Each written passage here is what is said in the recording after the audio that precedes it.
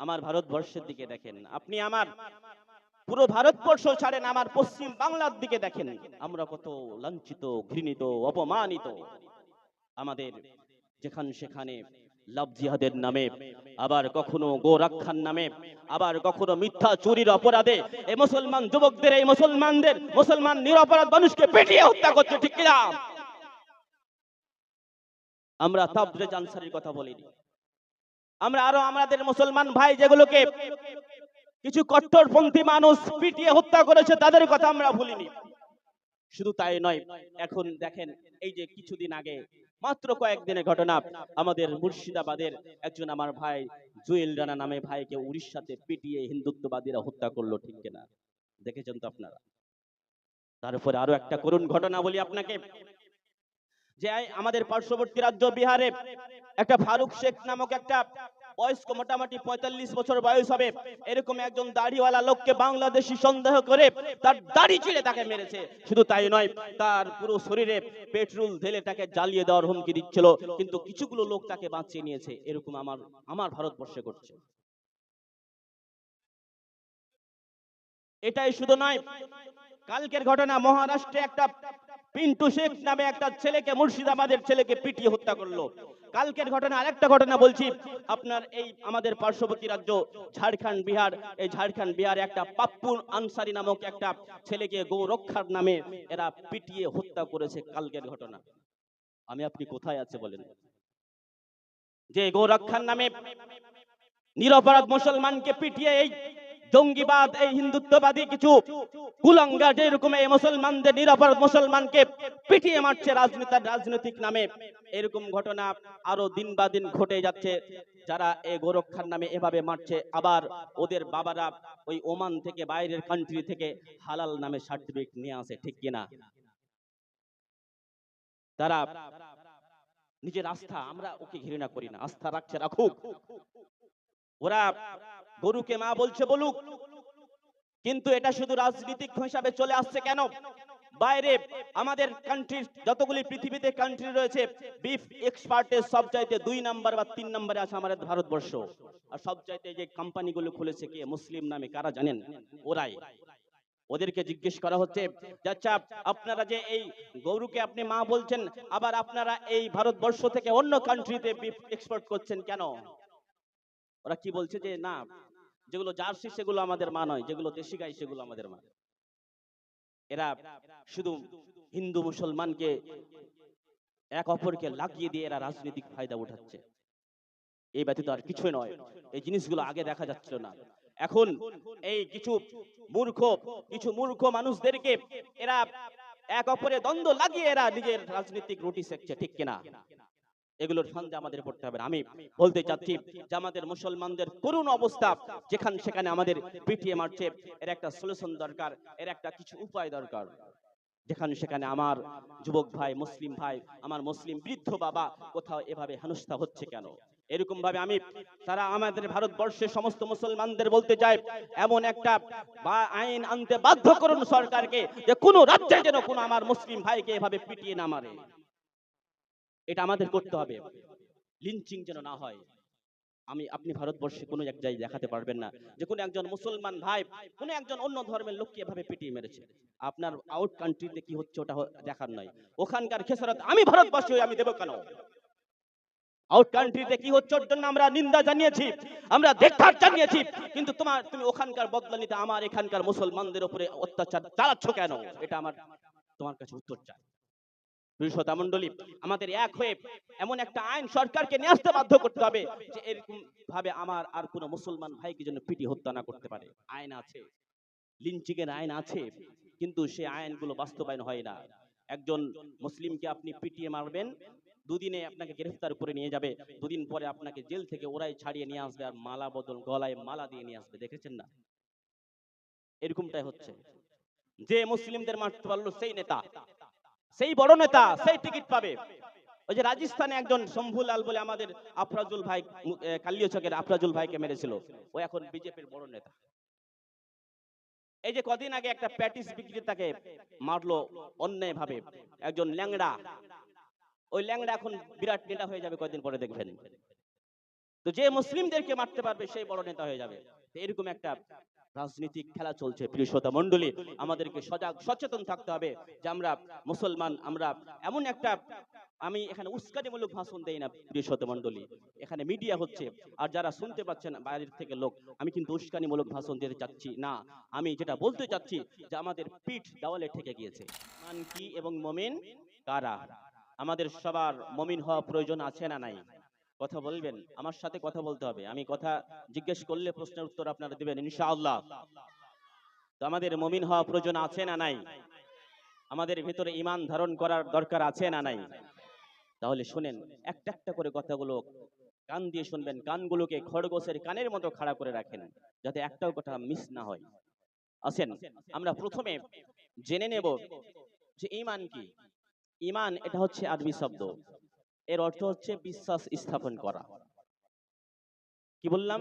এর অর্থ হচ্ছে বিশ্বাস স্থাপন করা। এর পারিভাষিক অর্থ হচ্ছে আল ঈমানু ইকরার বিল লিসান ওয়া তাসদীকুম বিল কলব ওয়া আমালুম বিল আরকান। এর পারিভাষিক অর্থ হচ্ছে মুখ দিয়ে উচ্চারণ করা।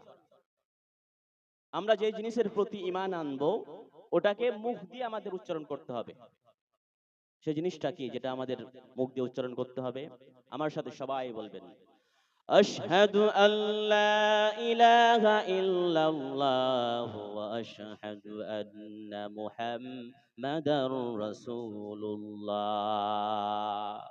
এটা আমাদেরকে মুখ দিয়ে উচ্চারণ করতে হবে যে আমি সাক্ষ্য দিচ্ছি যে রব্বুল আলামিন ছাড়া কোনো ইলাহ নাই, কোনো ইবাদতের কোনো যোগ্য কেউ নাই, এবং আমি এটাও সাক্ষ্য দিচ্ছি যে বিশ্বনবী হযরত মুহাম্মদ সাল্লাল্লাহু আলাইহি সাল্লাম হচ্ছেন তার রাসূল। এটা আমরা সবাই মুখ দিয়ে উচ্চারণ করেছি কি করি নাই? সবাই আমরা এটা মুখ দিয়ে উচ্চারণ করেছি না? করেছি। এক, পারিভাষিক অর্থের মধ্যে তিনটি কথা বলা হলো, তার মধ্যে একটা যে আমাদের মুখ দিয়ে উচ্চারণ করতে হবে। আশা করি আমরা এখানে যতগুলি মানুষ বসে আছি সবাই আমরা এটাকে উচ্চারণ করেছি মুখ দিয়ে, ঠিক কি না? এরপরে দ্বিতীয় নাম্বার, তাসদীকুম বিল কলব, এটাকে আমাদেরকে অন্তর থেকে বিশ্বাস করতে হবে। শুধু মুখ দিয়ে উচ্চারণ করে নিলেন তাতে হবে না, সেটাকে জানে প্রাণে অন্তর থেকে বিশ্বাস করতে হবে। কোন ব্যক্তি যদি শুধু মুখ দিয়ে লা ইলাহা ইল্লাল্লাহ বলে এবং অন্তর থেকে বিশ্বাস না করে, তাহলে সেই ঈমানদার হতে পারবে নাকি? পারবে না। এটাকে অন্তর থেকে পুরোপুরি ভাবে বিশ্বাস করতে হবে যে রব্বুল আলামিন ছাড়া কোনো মাবুদ নাই এবং মুহাম্মদ সাল্লাল্লাহু আলাইহি সাল্লাম হচ্ছেন আল্লাহর রাসূল। এটা আমরা বিশ্বাস, এটা আমরা অন্তর থেকে বিশ্বাস করি কি করি না? আবার আমাদেরকে এর সাথে সাথে আরো 6টা জিনিসের প্রতি ঈমান আনতে হবে, সেগুলোকে আমাদের বিশ্বাস করতে হবে। সেগুলি কি? হাদিসে জিবরিলের মধ্যে আসছে, বিশ্বনবী সাল্লাল্লাহু আলাইহি সাল্লামকে জিবরিল আমিন এসে জিজ্ঞেস করেন, ও নবী, মাল ঈমান, নবী বলুন ঈমান কি? বিশ্বনবী সাল্লাল্লাহু আলাইহি সাল্লাম বলেন, আল ঈমানু আন তু'মিনা বিল্লাহি ওয়া মালাইকাতিহি ওয়া কুতুবিহি ওয়া রুসুলিহি ওয়াল ইয়াউমিল আখির ওয়া তু'মিনা বিল কদরি খাইরিহি ওয়া শাররিহি মিনাল্লাহি তাআলা। বিশ্বনবী সাল্লাল্লাহু আলাইহি সাল্লাম জিবরাইলকে বললেন, ও জিবরাইল, ঈমান হচ্ছে ওই জিনিসটাকে বলে যে বিশ্বাস করা যে আল্লাহর উপর, আল্লাহ এক, আল্লাহ অদ্বিতীয়, আল্লাহ ছাড়া কোনো মাবুদ নাই, এটা বিশ্বাস করতে হবে। এরপরে এটা অন্তর থেকে বিশ্বাস করতে হবে যে রব্বুল আলামিনের অসংখ্য ফেরেশতা রয়েছেন যারা নূরের তৈরি, যারা সব সময় রব্বুল আলামিনের ইবাদতে ব্যস্ত, সব সময় রব্বুল আলামিনের ইবাদত করতে থাকে, তারা কোনোদিন ভুল করে না। এই বিশ্বাস আমাদের আছে না নাই? ফেরেশতা আছে, আমরা এটা বিশ্বাস করি কিনা? আমরা ফেরেশতাদের দেখতে পাই? পাই না, তারপরেও আমাদের বিশ্বাস আছে যে ফেরেশতারা আছেন। এরপরে দুই হলো তিন হচ্ছে আন তু'মিনা বিল্লাহি ওয়া মালাইকাতিহি ওয়া কুতুবিহি, রব্বুল আলামিনের আসমানি যতগুলি কিতাব এই পৃথিবীতে এসেছে সবগুলোর উপরে আমরা বিশ্বাস করি কি করি না? এই সবগুলো হচ্ছে রব্বুল আলামিনের সত্য কথা। আমাদের কাছে যে কোরআন মাজিদ এসেছে, কোরআন মাজিদের আগে আরো ছিল তাওরাত, জাবুর, ইনজিল, বিভিন্ন ধরনের আসমানি কিতাব ছিল, সেই কিতাবগুলো সবই সত্য, এগুলো আমরা বিশ্বাস করি কি করি না? সেগুলো করি আমরা। আমাদের কোরআন যেরকম বিশ্বাস করি সেরকম তাওরাত, জাবুর, ইনজিল এগুলো আরো যে আসমানি কিতাব ছিল এগুলো আমরা বিশ্বাস করি। তখনকার যুগে ঠিক ছিল, কিন্তু ওই ইহুদি, নাসারা, খ্রিস্টানরা সেগুলোকে তাহরিফ করে দিয়েছে, সেগুলো পরিবর্তন করে দিয়েছে। এখন যেগুলো আছে এগুলো আমরা বিশ্বাস করি না। আগেরটা বিশ্বাস করি যখন ওই যুগে ছিল তখন। এখন সবগুলোকে পরিবর্তন করে দিয়ে ওরা নিজের সুবিধা মতো কথা ঢুকিয়েছে। বুঝতে পেরেছেন? তাহলে আমরা বিশ্বাস করলাম যে রব্বুল আলামিন যতগুলি কিতাবে পৃথিবীতে অবতীর্ণ করেছেন সব কিতাবের মধ্যে সত্য কথা লেখা আছে, এটা আমরা বিশ্বাস করি। এরপরে আরেকটা জিনিস, ওরসুলিহি, রব্বুল আলামিন দুনিয়া সৃষ্টি থেকে নিয়ে আমাদের প্রিয় নবী হযরত মুহাম্মদ সাল্লাল্লাহু আলাইহি সাল্লাম আসা পর্যন্ত যতগুলি নবী এবং রাসূল এসেছেন সবাইকে আমরা, সবার উপরে আমরা ঈমান আনি কি আনি নাই? সবার উপরে আমরা ঈমান এনেছি, সবাইকে আমরা বিশ্বাস করি তো। এরপরে আরেকটা জিনিসের উপরে আমাদের বিশ্বাস করতে হবে, সেটা হচ্ছে ওয়াল ইয়াউমিল আখির, কিয়ামতের দিবসের উপরে। যেরকম একদিন রব্বুল আলামিন এই পৃথিবীকে সৃষ্টি করেছেন, একদিন এই পৃথিবীকে ধ্বংস করে দিবেন, কিয়ামত হয়ে যাবে, কিয়ামত হবে, এটা আমরা বিশ্বাস করি না করি না? করি। যেরকম যেরকম পৃথিবী সৃষ্টি করেছেন সেরকম একদিন এই পৃথিবীকে ধ্বংস করে দেবেন। ধ্বংস করার ফলে আমি আপনি এই পৃথিবীতে থাকা অবস্থায় কি করেছি সব কিছুর একদিন আমাদের হিসাব দেওয়া লাগবে কি লাগবে না? সব জিনিসের আমাদের হিসাব দেওয়া লাগবে, এটা আমরা বিশ্বাস করি তো। এটা আমরা যেরকম বিশ্বাস করি, আরেকটা আমাদের জিনিস আমাদের বিশ্বাস করতে হবে, ওয়াল কদরি খায়রিহি ওয়া শাররিহি মিনাল্লাহি তাআলা। আমাদের তাকদীরের ভালো এবং মন্দ সবটাই হয় কার পক্ষ থেকে? কথা বলবেন। তাকদীর আমরা বিশ্বাস করি তো, ভালো মন্দ সব কার হয়, কার পক্ষ থেকে? আল্লাহর পক্ষ থেকে। তারপর আরেকটা জিনিসের উপর আমাদের বিশ্বাস যেটা করতে হবে, জল বা'আশ বা'দাল মাউত, মরণের পর আবার আমাদের পুনরুত্থান হবে, এটা আমরা বিশ্বাস করি। আসুন একবার সবাই আমার সাথে একটা দোয়া পড়ে নেন, বলুন আমানতু বিল্লাহি ওয়া মালাইকাতিহি ওয়া কুতুবিহি ওয়া রুসুলিহি ওয়াল ইয়াউমিল আখির ওয়াল কদরি খায়রিহি ওয়া শাররিহি মিনাল্লাহি তাআলা ওয়া বা'সি বা'দাল মাউত। এই যতটি বিষয় আলোচনা করলাম আমরা সব জিনিসের উপরে বিশ্বাস স্থাপন করেছি তো? আমরা করি? কথা বলবেন। এগুলোর উপরে বিশ্বাস করেছি তো? তাহলে বুঝবেন আমার আপনার ভেতরে ঈমান আছে, আমরা ঈমানদার। এক, অন্তর মুখ দিয়ে আমরা উচ্চারণ করেছি। দুই, অন্তর থেকে এগুলোর প্রতি বিশ্বাস করেছি। আর একটা জিনিস কি বলেছিলাম, যে আমালুম বিল আরকান, শুধু মুখেই উচ্চারণ নয়, অন্তরেই শুধু বিশ্বাস নয়, সেগুলোকে অঙ্গ প্রত্যঙ্গ দিয়ে কাজে বাস্তবায়ন করা। আমরা এখানে যতগুলি মানুষ আছি সবাই করেছি দুইটা জিনিস, মুখ দিয়ে উচ্চারণ করেছি, অন্তর থেকে বিশ্বাস করেছি, কিন্তু একটা যেটা করি না সেটা হচ্ছে আমলে বাস্তবায়ন করি না। কথা ঠিক বললাম তো? ঠিক। প্রিয় শ্রোতা মণ্ডলী, শুধু মুখ দিয়ে বললেই নয় যে রব্বুল আলামিন এক, অন্তর থেকে বিশ্বাস করলেই নয় যে রব্বুল আলামিন এক, এটাও আমাদেরকে বিশ্বাস করতে হবে বা এটার প্রতি আমল করতে হবে। যেরকম আল্লাহ এক, আল্লাহ বলেছেন আমরা বিশ্বাস করি, সেরকম আল্লাহর কথাও যে আমাদের নামাজ পড়তে বলেছে, রোজা রাখতে বলেছে, সুদ খেতে নিষেধ করেছে, এগুলোর উপর আমল করতে হবে না হবে না? এগুলোর প্রতি যদি আপনি আমল না করেন তাহলে আপনি পূর্ণ ইমানদার হতে পারবেন না। দুইটা তো আমরা করে নিয়েছি, কিন্তু আমাদের ভিতরে ঘাটতি রয়েছে, সেটা হচ্ছে আমরা অঙ্গ প্রত্যঙ্গ দিয়ে সেগুলোকে আমলে বাস্তবায়ন করি না। যদি এই তিনটার উপরে যদি আমরা ঈমান না আনি তাহলে আমরা কি পূর্ণ ঈমানদার হতে পারবো? পারবো না। প্রিয় শ্রোতা মণ্ডলী, আসুন আমাদেরকে পূর্ণ ঈমানদার হতে হবে। আমাদেরকে আধা ঈমান নিয়ে পৃথিবী থেকে চলে গেলে আমাদের হবে না, আমাদের পূর্ণ ঈমান নিয়ে পৃথিবী থেকে যেতে হবে। আসুন আমার আপনার ভিতরে ঈমান আছে কিনা আপনাকে আমি দুইটা হাদিস দিয়ে যাচাই করব যে আমার আপনার ভিতরে ঈমান কতটুকু আছে। এই ব্যাপারে বিশ্বনবী সাল্লাল্লাহু আলাইহি সাল্লাম বলেন, যাকা তু'মাল ঈমান মান রাজিয়া বিল্লাহি রাব্বান ওয়া বিল ইসলামি দীনান ওয়া বিমুহাম্মাদির রাসূলান। বিশ্বনবী সাল্লাল্লাহু আলাইহি সাল্লাম বলেন, যে ব্যক্তি তিনটি জিনিসের প্রতি স্বীকারোক্তি দিয়েছে, অন্তর থেকে বিশ্বাস করেছে, সে ব্যক্তি ঈমানের স্বাদ লাভ করেছে। এক নাম্বার, বিশ্বনবী সাল্লাল্লাহু আলাইহি সাল্লাম বলছেন, মান রাদিয়া বিল্লাহি রাব্বান, যে আল্লাহ রাব্বুল আলামিনকে নিজের রব বলে স্বীকার করে নিয়েছে। আচ্ছা বলুন আমাদের রবকে? আল্লাহ আমার রব, এই রবই আমার সব। আল্লাহ আমার রব, এই রবি আমার সব, দমে দমে তনু মনে তারি অনুভব। বলুন আমার সাথে, আল্লাহ আমার রব, এই রবি আমার সব। বলুন, আল্লাহ আমার রব, এই রবি আমার সব, দমে দমে তনু মনে তারি অনুভব।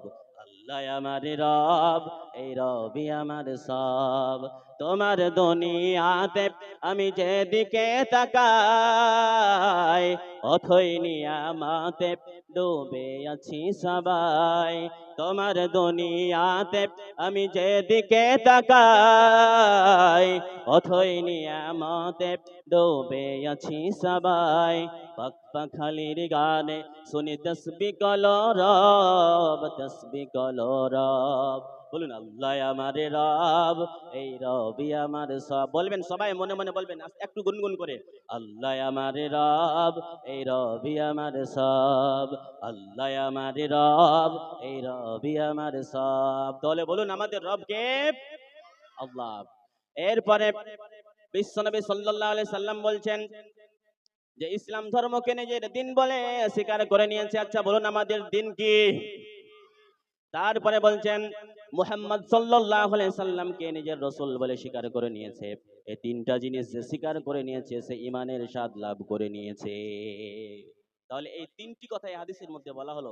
এই তিনটার উপরে আমরা বিশ্বাস স্থাপন করি কি করি না? করি। তাহলে বোঝা যাচ্ছে আমাদের ভিতরে ঈমান আছে। হাদিস অনুযায়ী বোঝা যাচ্ছে তো?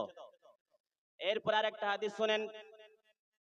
বিশ্বনবী সাল্লাল্লাহু আলাইহি সাল্লামকে একজন সাহাবী এসে জিজ্ঞেস করেন, ও নবী বলুন মাল ঈমান, ঈমান কি? আমি কিভাবে বুঝবো যে আমি ঈমানদার, আমার ভিতরে ঈমান আছে?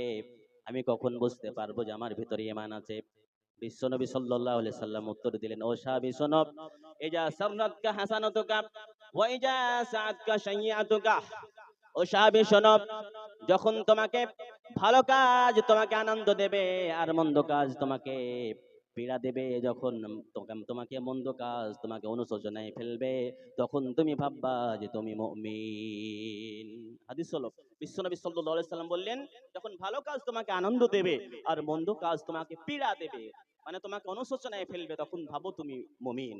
আচ্ছা, আমাদের ভালো কাজ করলে আমাদের কার কার আনন্দ লাগে? হাত তুলে দেখান তো। ভালো কাজ করলে আমরা আনন্দ পাই তো, কিন্তু মন্দ কাজ করলে অনুশোচনায় ভোগী, অনুতপ্ত হই, একটু আফসোস লাগে, এরকম কার কার হয়? একটু হাত তুলে দেখান। এটা কিন্তু আমাকে সকলের মধ্যে মনে হচ্ছে লাগে না। যদি অনুতপ্ত হতাম, আফসোস লাগতো, তাহলে আমরা খারাপ কাজ করতাম না, ঘুষ খেতাম না, সুদ খেতাম না, নামাজ ছাড়তাম না, জিনা ব্যভিচার কিছুই করতাম না, যদি আফসোস লাগতো। আসুন, এই ব্যাপারে তিন কোয়ালিটির মানুষ পাওয়া যায়। এক, কিছু কিছু মানুষকে পাওয়া যায় যে সে শুধু ভালো কাজই করে, খারাপ কাজ সে টোটালেই করে না, খারাপ কাজ তাকে ভালোই লাগে না, শুধু ভালো কাজ ভালো লাগে। আর এক ধরনের মানুষ পাওয়া যায় যাদেরকে ভালো কাজও ভালো লাগে আবার খারাপ কাজও ভালো লাগে। এরকম মানুষ আছে না নাই? আর এক ধরনের মানুষ আছে যাদেরকে শুধু খারাপ কাজই ভালো লাগে, ভালো কাজ টোটালটাই করতে মন চায় না, ভালো কাজ করে না। এরকম মানুষ সমাজে আছে না নাই? আছে। এই তিন কোয়ালিটির মধ্যে প্রথম কোয়ালিটির ঈমান ঠিক আছে, মানে ওকে ভালো কাজ ভালো লাগে, খারাপ কাজ সে করতেই যায় না, খারাপ লাগে, এটার ঈমান ঠিক আছে। বাদ বাকি যাকে ভালো কাজও ভালো লাগে, খারাপ কাজও ভালো লাগে, এবং যাকে ভালো কাজ ভালো লাগে না, এই দুই শ্রেণীর ব্যক্তির মধ্যে ঈমানের ভেজাল রয়েছে। এদেরকে ঈমান পরিষ্কার পরিচ্ছন্ন করা উচিত। আমরা যদি সমাজে দেখি, তাহলে দ্বিতীয় কোয়ালিটির যেগুলো লোক, সেগুলো আমরা বেশি দেখতে পাই, যে ভালো কাজও করছে আবার মন্দ কাজও করছে। এরকম মানুষ সমাজে বেশি আছে না? নামাজও পড়ে, আবার ওই টিভির চায়ের দোকানে টিভির রিমোটটা ওর কাছে, এরকম লোক আছে না? না, পাঁচ ওয়াক্তের নামাজি, এরপরে চায়ের দোকানে গিয়ে টিভির রিমোট, আগে ফিল্ম নাটক বিভিন্ন ধরনের অনেক কিছু দেখে, ড্রামা দেখে, আছে না? এরকম অনেক লোক আছে। ভালো কাজও করে আবার মানুষের গীবত করে, ভালো কাজও করে, নামাজও পড়ে, আবার নেশা করে, বিড়ি সিগারেট গুল তামাক বিভিন্ন ধরনের নেশা করে। এরকম লোক আছে না? এরকম আছে। এগুলো ঈমান ঠিক নেই, এগুলোকে ঈমান পরিশুদ্ধ করতে হবে।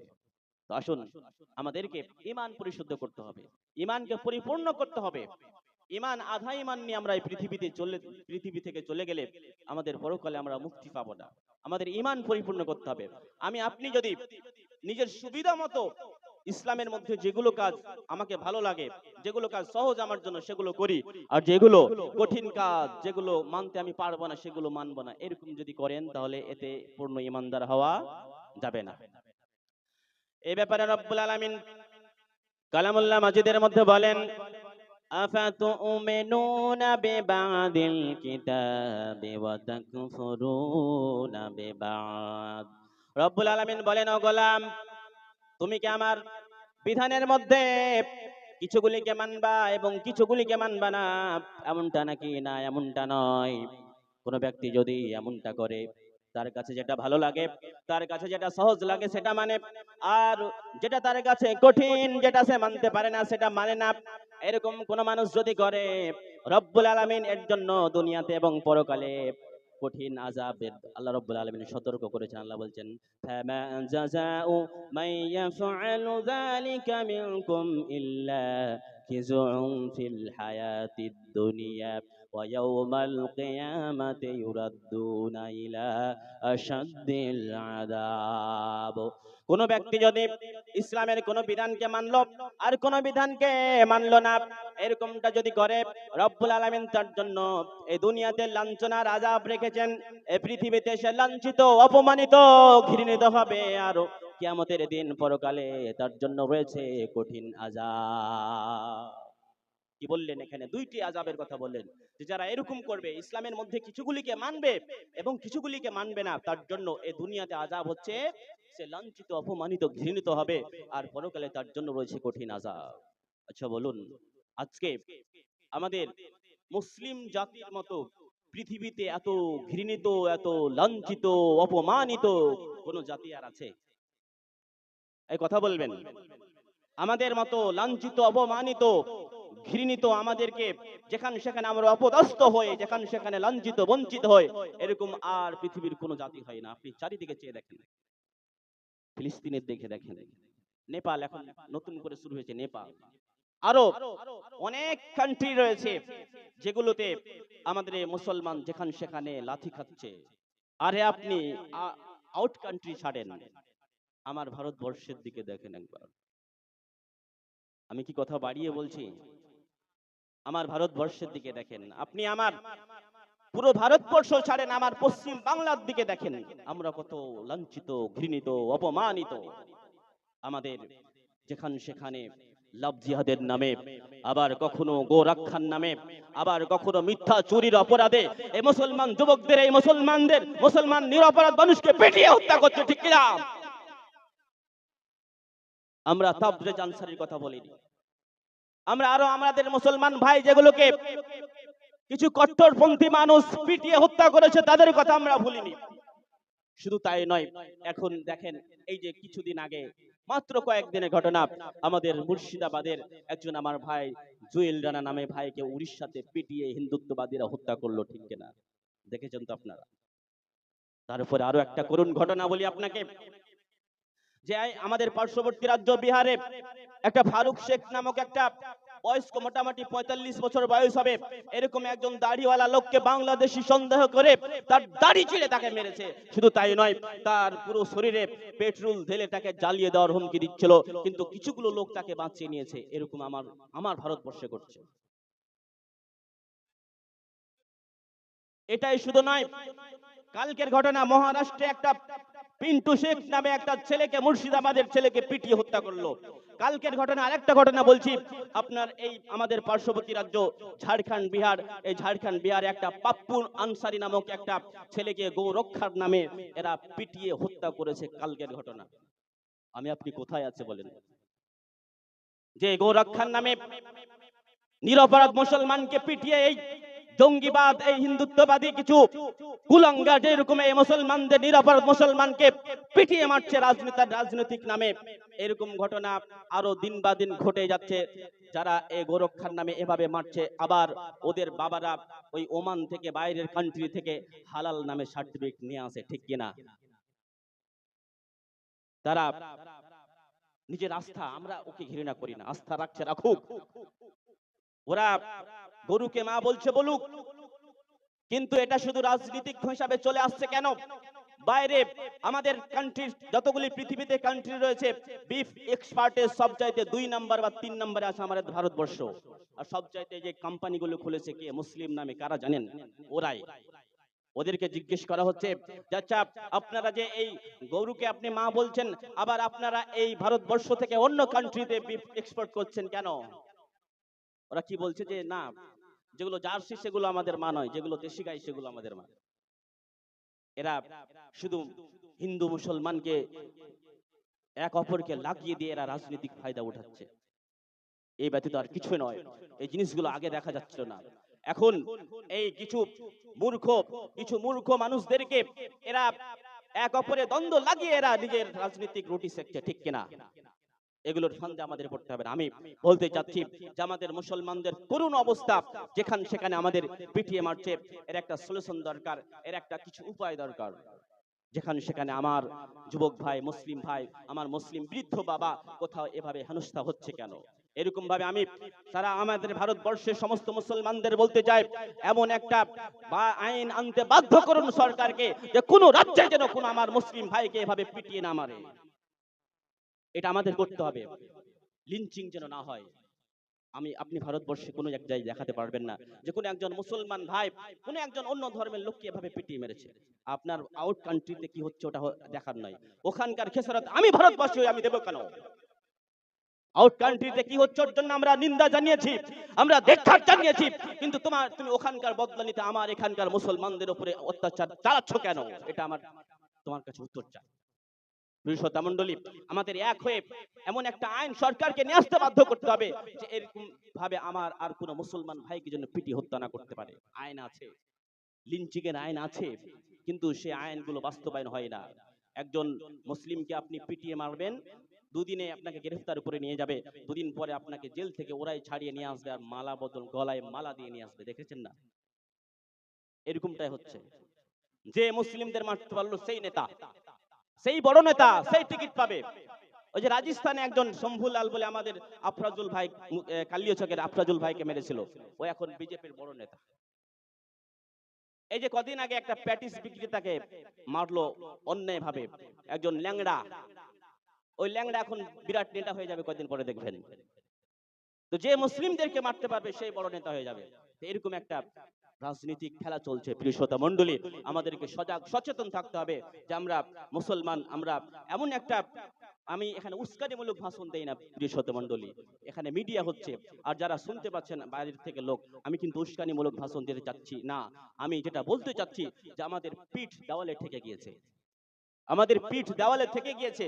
আমরা যদি নিজে নিজে সচেতন না হই, তাহলে আমাদের আর অন্য কোনো উপায় থাকবে না। প্রিয় শ্রোতা মণ্ডলী, যেটা আমি বলতে চাচ্ছিলাম, আল্লাহ পাক রব্বুল আলামিন আয়াতের মধ্যে বলছেন যে যারা কোরআনের মধ্যে কিছুগুলিকে মানবে আর কিছুগুলিকে মানবে না, এদের আমি দুনিয়ায় অপদস্থ লাঞ্ছিত করব, এদের এইভাবে আযাব দেব। আমি যেটা আমাদের ভিতরে ঘাটতি রয়েছে, কমতি রয়েছে, সেটা আপনার কাছে আমি তুলে ধরতে চাইলাম যে আমাদের সাথে এরকম হচ্ছে কেন। আমরা যদি আজকে পূর্ণ ইমানদার হতে পারতাম, পূর্ণ ইমানদার হতাম, তাহলে পৃথিবীর কোনো মায়ের লাল ছিল না যে আমাদের দিকে চোখ তুলে তাকাতো, পৃথিবীর কোনো মায়ের লাল ছিল না যে আমাদের দিকে আঙুল তুলে কথা বলতো। কিন্তু আজকে আমরা নিজের অস্তিত্ব নিজেই হারিয়ে ফেলেছি। আল্লাহ তো আমাদের এই কথাই বলেছেন যে ও মুসলমান, ভয় করো না, চিন্তা করো না। এই ব্যাপারে রব্বুল আলামিন কালামুল্লাহ মাজিদের মধ্যে বলেছেন, ওয়ালা তাহিনু ওয়ালা তাহজানু ওয়া আনতুমুল আ'লাউনা ইন কুনতুম মুমিনিন। ও গোলাম, ভয় করো না, চিন্তা করো না, তোমরাই থাকবে বিজয়ী, তোমরাই হবা বিজয়ী যদি তোমরা পরিপূর্ণভাবে ঈমান নিয়ে আসো। যদি তোমরা মুমিন হয়ে যাও, তাহলে আমি তোমাদেরকে পৃথিবীতে বিজয়ী বানিয়ে দেব। কিন্তু আজকে আমরা পৃথিবীতে বিজয়ী নয়, পরাজয়ী। আমি আপনি চারিদিকে যে দেখলে আমরা বুঝতে পারবো আমরা জয়ী নই, আমরা পরাজয়ী। প্রিয় শ্রোতা মণ্ডলী, এগুলো কথা বলতে গিয়ে একটি হাদিস মনে পড়ে যায়, যে হাদিসটা হচ্ছে এমন, বিশ্বনবী সাল্লাল্লাহু আলাইহি সাল্লাম বলেন যে কিয়ামতের পূর্বে এমন একটা দিন আসবে, এমন একটা সময় আসবে, যে সময়টাতে মুসলমানদের উপরে বেধর্মীরা ঝাঁপিয়ে পড়বে। কিভাবে ঝাঁপিয়ে পড়বে? যেরকম কোনো টেবিলে কোনো দস্তারখানে সুন্দর সুস্বাদু খাবার সাজানো থাকে, আর ওই খাবারের প্রতি যেরকম ক্ষুধার্ত ব্যক্তিরা ঝাঁপিয়ে পড়ে খাওয়ার জন্য, ওই রকম মুসলমানদের উপরে বেধর্মীরা ঝাঁপিয়ে পড়বে। মুসলমানদের রক্ত খেতে এদের মিষ্টি লাগবে, এদেরকে মারতে ভালো লাগবে, এদেরকে হত্যা করতে ভালো লাগবে। এরকম বিশ্বনবী বলেন যে যেরকম সুস্বাদু খাবারের প্রতি ক্ষুধার্ত ব্যক্তিরা ঝাঁপিয়ে পড়ে, সেরকম মুসলমানদের উপরে বেধর্মীরা ঝাঁপিয়ে পড়বে। একথা শুনে সাহাবী জিজ্ঞেস করলেন, ও নবী, সেই সময় মুসলমানদের উপরে যেমন ভাবে বেধর্মীরা ঝাঁপিয়ে পড়বে, তখন মুসলমানেরা সংখ্যায় কম থাকবে নাকি?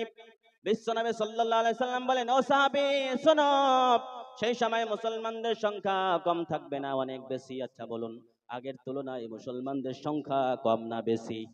অনেক বেশি। পৃথিবীর সবচাইতে উচ্চ হারে সবচাইতে বেশি যে ধর্ম বাড়ছে সেটা হচ্ছে কি ইসলাম ধর্ম।